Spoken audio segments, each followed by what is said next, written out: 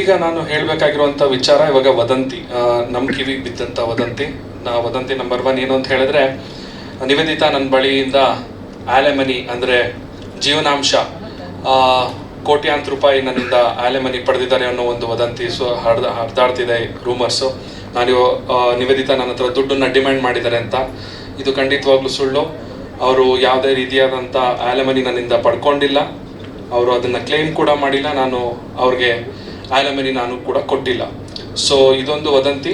ಇವಾಗಲೇ ಮತ್ತೊಮ್ಮೆ ಕ್ಲಿಯರ್ ಮಾಡ್ತಾ ಇದ್ದೀನಿ, ಜೀವನಾಂಶ ಆಲೆಮನಿ ಅದನ್ನ ನಿವೇದಿತಾ ಅವರು ಕ್ಲೇಮ್ ಮಾಡಿಲ್ಲ. ನಾನು ಕೂಡ ಯಾವುದೇ ರೀತಿಯಾದಂಥ ಆಲೆಮನಿ ನಿವೇದಿತಾ ಅವ್ರಿಗೆ ಕೊಟ್ಟಿಲ್ಲ. ಹಾಗೆ ಎರಡನೇ ವದಂತಿ, ಒಂದು ಮಕ್ಕಳು ಮಾಡ್ಕೊಳ್ಬೇಕು ಅನ್ನೋ ಒಂದು ಕಾರಣ. ಅಂದರೆ ನಿವೇದಿತಾಗೆ ನಾನು ತುಂಬ ಫೋರ್ಸ್ ಮಾಡ್ತಿದ್ದೆ ಮಕ್ಕಳು ಮಾಡ್ಕೊಳ್ಳೋಣ ಅಂತ. ಆಕೆ ಬೇಡ ಅಂತ ಹೇಳ್ತಾ ಇದ್ಲು, ಅದಕ್ಕೋಸ್ಕರ ಈ ರೀತಿ ಆಗಿದೆ ಅನ್ನೋ ಒಂದು ವದಂತಿ ಕೂಡ ಕೇಳಿ ಬರ್ತಾ ಇದೆ. ಸೊ ಅದು ಕೂಡ ಸುಳ್ಳು. ನಾವಿಬ್ಬರು ಇಂಡಿವಿಜುವಲ್ಸ್ಗಳು. ಅವರು ಕೂಡ ಸಿನಿಮಾ ಇಂಡಸ್ಟ್ರಿಯಲ್ಲಿ ಒಳ್ಳೆ ಕರಿಯರ್ ಇದೆ, ನಾನು ಕೂಡ ಸಿನಿಮಾ ಇಂಡಸ್ಟ್ರಿಯಲ್ಲಿ ಕೆಲಸ ಮಾಡ್ತಾ ಇದ್ದೀನಿ.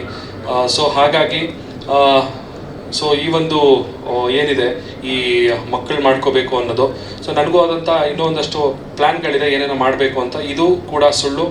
ಇದು ಏನು ವದಂತಿ ನೀವೆಲ್ಲರೂ ಕೇಳ್ತಾ ಇದ್ದೀರಾ, ಇದು ನಮ್ಮ ಒಂದು ವಿಚ್ಛೇದನಕ್ಕೆ ಕಾರಣ ಅಲ್ಲ. ಸೊ ಹಾಗೆ ನಿವೇದಿತಾ ಅವರು ಕೂಡ ಚೆನ್ನಾಗಿ ದುಡಿತಾ ಇದ್ದಾರೆ, ಸಿನಿಮಾ ಇಂಡಸ್ಟ್ರಿ ಚೆನ್ನಾಗಿ ಅರ್ನ್ ಮಾಡ್ತಾ ಇದ್ದಾರೆ. ಅವರು ಕೂಡ ಇಂಡಿಪೆಂಡೆಂಟ್ ವುಮೆನ್. ಅವರು ಯಾರ ಮೇಲೂ ಡಿಪೆಂಡೆಂಟ್ ಆಗಿಲ್ಲ. ಹಾಗೆ ನಾವು ಜೊತೆಲಿದ್ದಾಗಲೂ ಅಷ್ಟೇ ಅವರ ಕೆಲಸನ ಅವ್ರು ನೋಡ್ಕೊಳ್ತಾ ಇದ್ರು, ಅವ್ರ ಖರ್ಚುಗಳನ್ನ ಅವ್ರು ನೋಡ್ಕೊಳ್ತಾ ಇದ್ರು.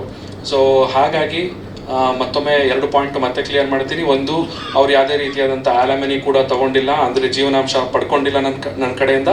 ಹಾಗೆ ಇನ್ನೊಂದು, ಮಗು ಮಾಡ್ಕೊಳ್ಳುವಂಥ ಒಂದು ಕಾರಣ ಏನಿದೆ ಅದು ಕೂಡ ಸುಳ್ಳು.